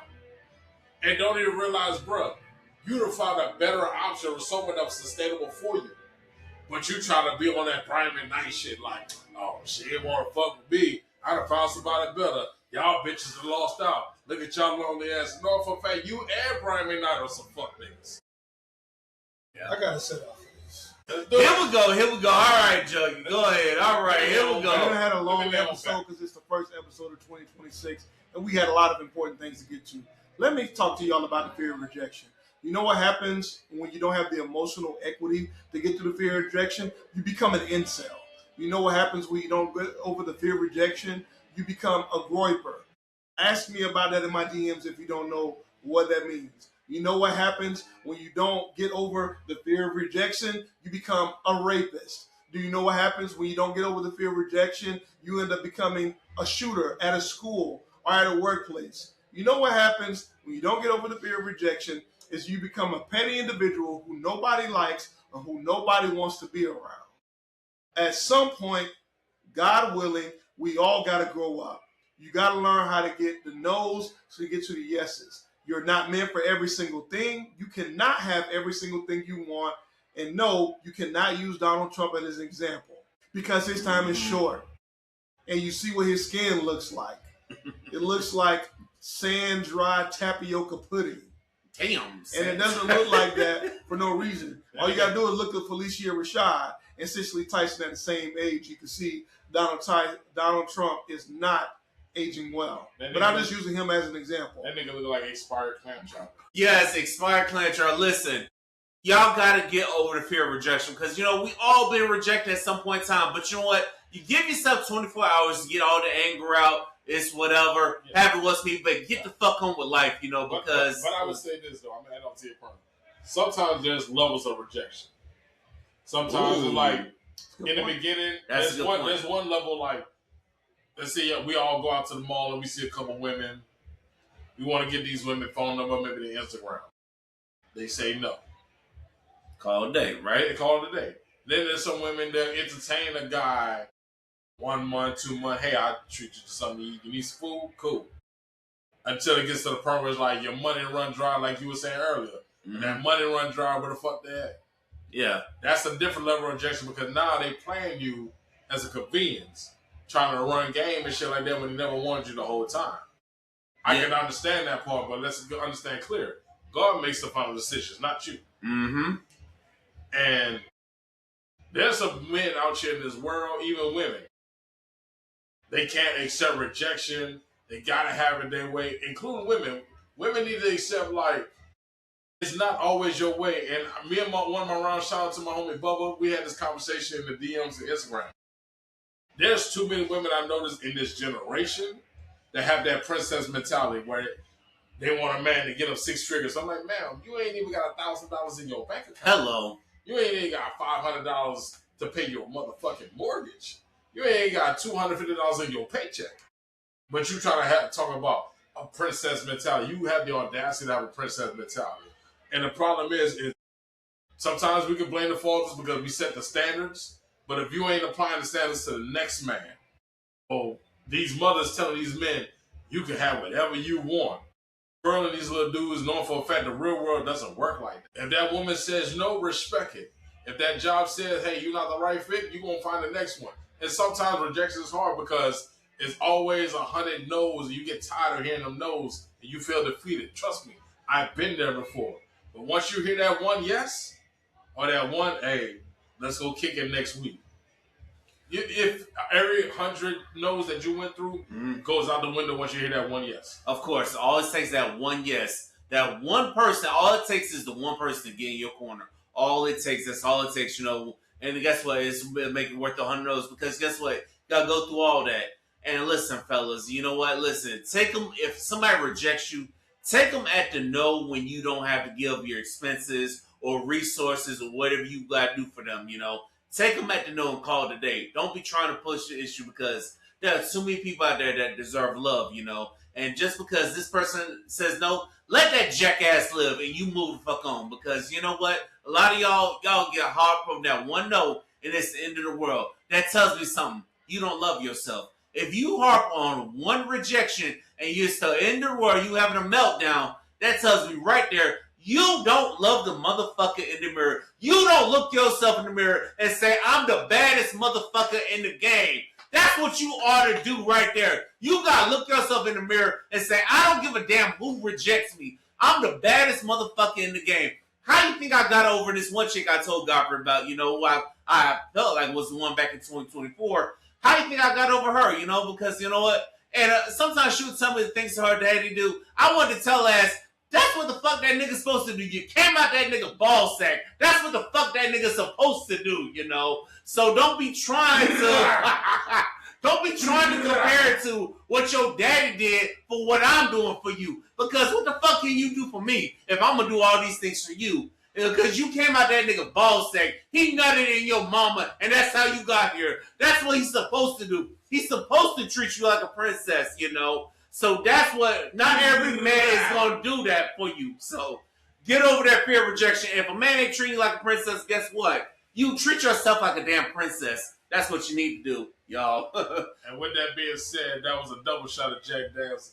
Yes, you know what? Yes, that was some shots fired from the captain himself, you know, because you know what? You get tired of people trying to make you feel like, oh, I need to do this because this last nigga didn't do it. That's why I look at some single moms. It's like, you got this high-ass standard, but yet your baby daddy, all he did was bust a nut in you, and then he rejected you, you know, and your dumb ass, you know. High standards, low results. Ooh, tell him, talk to me right now. I'm like, you can't be asking for like Benny Hanna lifestyle with Waffle House Coochie, my nigga. Hello. You can't do that, my nigga. Yes. You can't come out of the blue talking about you want some Ruth Chris lifestyle with Burger King head, my nigga. Like we not doing that in 2025. We not doing that in 2025. You know, Jack Daniels is taking over people. The Jack Daniels is taking over. Hey, but he keeping it 100 though. He keeping it 100. But listen, at the end of the day, y'all, if somebody rejects you, that's just the man above's protection, you know, because there's something fucked up about this person that you don't even know about, you know. You can't be I'm gonna do this for Juggy. You can't be a Doug Marone trying to be like a Liam Cohen, my nigga. Ooh. Oh, damn. There you go. I like that. Oh. Listen. On that note, y'all, listen. We done went through all 7 fears and we done hit you with the Duval. But listen, overall, of all the fears in life, you get over them by living life, simply put, you know, because there's a lot of shit that's going to happen in life. There's a lot of bad things that's going to happen. There's a lot of adversity that's going to happen. Adversity is going to define your character no matter what. So of all the 7 things we done listed in life, you know what? Get the fuck over them because bad shit is going to happen. You're going to be broke at some times. You're going to be rich. You're going to get rejected at some point in times, you know. The Bible always said, man falls down 7 times, the wise man gets up 8 times. Always. At some point in time, bounce back, get your finances in order, get right with God, take you that international trip, take you a Juve trip. It is. Taking that trip to Trinidad and Tobago. Of course. Taking that trip to Houston, Texas. You won't find some thinkums out there. Yes, of course. And, I got a little sister in Texas who's begging me to come out there. There's some reasons I won't. I'll talk to the fellas about that, I already know, but out of respect. I'm just going to keep it we're going to talk to, I'm going to elaborate a little further with the fellas, but, I will come. If I come to Texas, I'm coming with backup. Just so you know. But listen, how you get over those fears, if you appear weak, get your ass in the gym, just do something simple. So if you're being dumb, just humble yourself, If you don't know something, you don't know something. Ask for help. And obviously, the fear of being in jail, listen, you know what? Abide by the goddamn law at the end of the day. At the end of the day, you're a law-abiding citizen, not a nigga, not a redneck, not no rich individual. Because let's be perfectly clear. No matter how much money you have, God has the final say. That's no a matter fact. What. God has the final say. And if we know you're doing wrong, like look at Hollywood. Hollywood is literally like an institution for like corrupt individuals. The Hollywood fall has started. Diddy was the scapegoat. Now let me tell you something right now. On this first episode of 2026, I'm saying this right now on Liquor Talk Podcast, and this is not the Jack Daniels talking. If it ever gets to a point when this Epstein's files start going public, shit finna get real. Oh, shit finna get real. Like I said, Diddy might be one scapegoat, but guess what? All those other people, while y'all all out there trying to put it on, while y'all all trying to put it on somebody black, trying to make somebody black the scapegoat, all y'all asses are going down. I don't care what your fucking skin color is, all of y'all asses are going down. Listen, shout out to everybody that's been tuned in because, we did run long, but guess what? That's what the men's round's going to do, so get used to it because I know we almost had 2 hours, but hey, that's a damn good conversation, so get used to the men's rounds running long because there are plenty of other podcasts out there that run long too, so. But Juggy and Godfrey, I want to thank y'all for blessing the Liquor Talk with presence. I want to thank y'all for taking the role of co-captain seriously. Y'all have taken this thing and ran with it, To the other fellas out there who are all on in the past, doors open. Y'all just got to kick it down. I'm going to tell you what we're going to be at, but, we ain't chasing you to be around, you know what I'm saying? So, if you're a man that want to get in on the man talk, all you got to do is just slide in one of our DMs and we're going to make it happen. Also, to the ladies out there, we are going to have a ladies and men's round coming soon. More than likely, that's going to be episode 400 sometime later in the year. I want to be there for the battle of the sexes, liquor talk conversation, because I'm pretty sure there's going to be some mimosas there. There's going to be some like talk about sex. There's going to be There's going to be some talk about snatch your souls. But we going to respect marriages around here. And if you ain't going to be on this episode. You're going to be in my DMs. Hey, he said best. Yes, that was the Jack Daniels talking. Hey, listen, goddammit, if any of you liquor companies out there need product placement or need us to give you a shout out, listen, slide in my DMs or hit me with the email. We want to promote the liquor brands out there. We wanted to promote the small time liquors that many people not know of because Jack Daniels got America. We want to show love to the small owned liquor companies. So if you're out there and you want us to have some conversations while sipping on your drink, please slide in the DMs and let's make it happen. We are going to go to work. 2026, we just getting started. This is just the first men's round of 2026. Just wait till we got in store because you ain't seen nothing yet, y'all. All right, at this point, you know what? We're going to run super long because I'm going to let Juggy talk about Greenland. So go ahead, man. Very quickly, ladies and gentlemen, y'all know that Donald Trump will do absolutely anything, going back to what Godfrey said, anything but release the Epstein files. We'll go to war and blow up Venezuela and kidnap the president because we don't want to release the Epstein files. We'll start wars in other countries and say we can take over places because we don't want the Epstein files. But let me give you the secret sauce on Greenland. Greenland Arctic ice cap is melting. That means Greenland is the nexus between the Eastern Hemisphere and the Western Hemisphere. You know what Greenland is near? Russia. Okay? So this is what happens. As the ice cap begins to melt, American corporations, and dumb people like Donald Trump and Stephen Miller, they want Greenland for the precious metals and for its strategic position to strike in the Eastern Hemisphere, read Russia specifically, and we feel like we have the military capability to do it. Now, the problem with this is this. U.S. and Denmark, which controls Greenland, is in NATO. We violate NATO. All the other NATO countries, they're going to come to Denmark defense against us, and we won't be able to stand that. France, these other countries, excuse me. You got it. All these countries, they are sending people, and Denmark has already said, we are sovereign over Greenland. We will shoot without asking for permission if the U.S. tries to invade. So I'm telling you, we got to get involved with politics. Every election matters. City council, city commission, state rep, senate, judges, all these positions, the president, every election matters, because when your president is a pedophile and they start losing their mind to protect their pedophilia, this is the kind of thing that happens.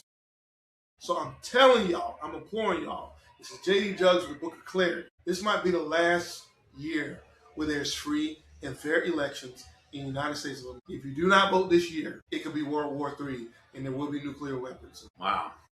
So, think I'm playing if you want to. Don't take me seriously if you want to.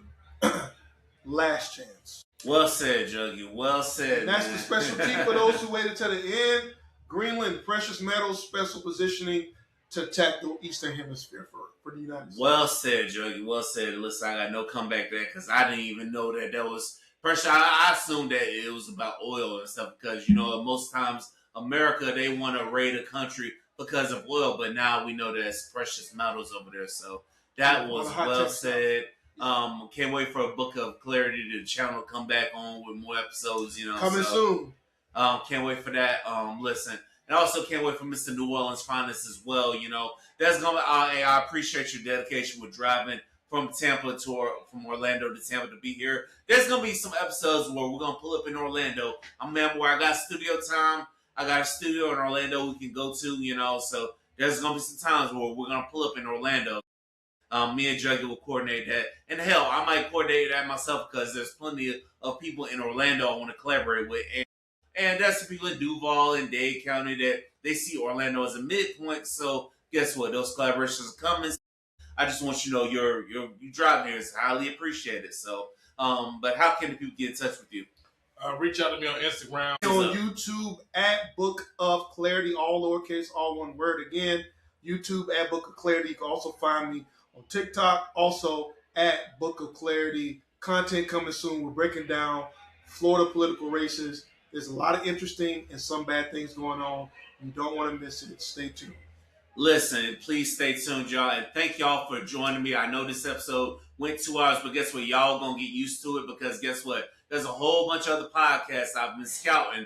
A lot of them run 2 hours and y'all don't say shit. So guess what? We're going to be running 2 hours as well because you know what? A lot of these conversations be getting so good, So guess what? If y'all want more from Liquor Talk, it's Liquor Talk Podcast on Instagram and TikTok.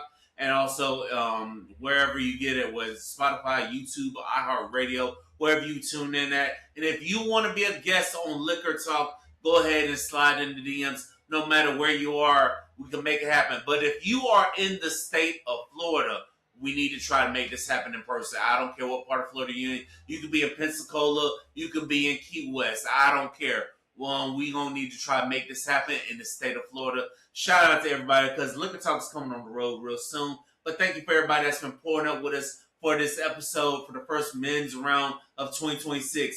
Until the next episode, remember, take shots when bad shit happen and always keep going no matter what because you just never know. This has been the Liquor Talk Podcast, the podcast that's taking over for the 2026 and the 2027. Deuces, y'all. Deuces, y'all. We out this motherfucker.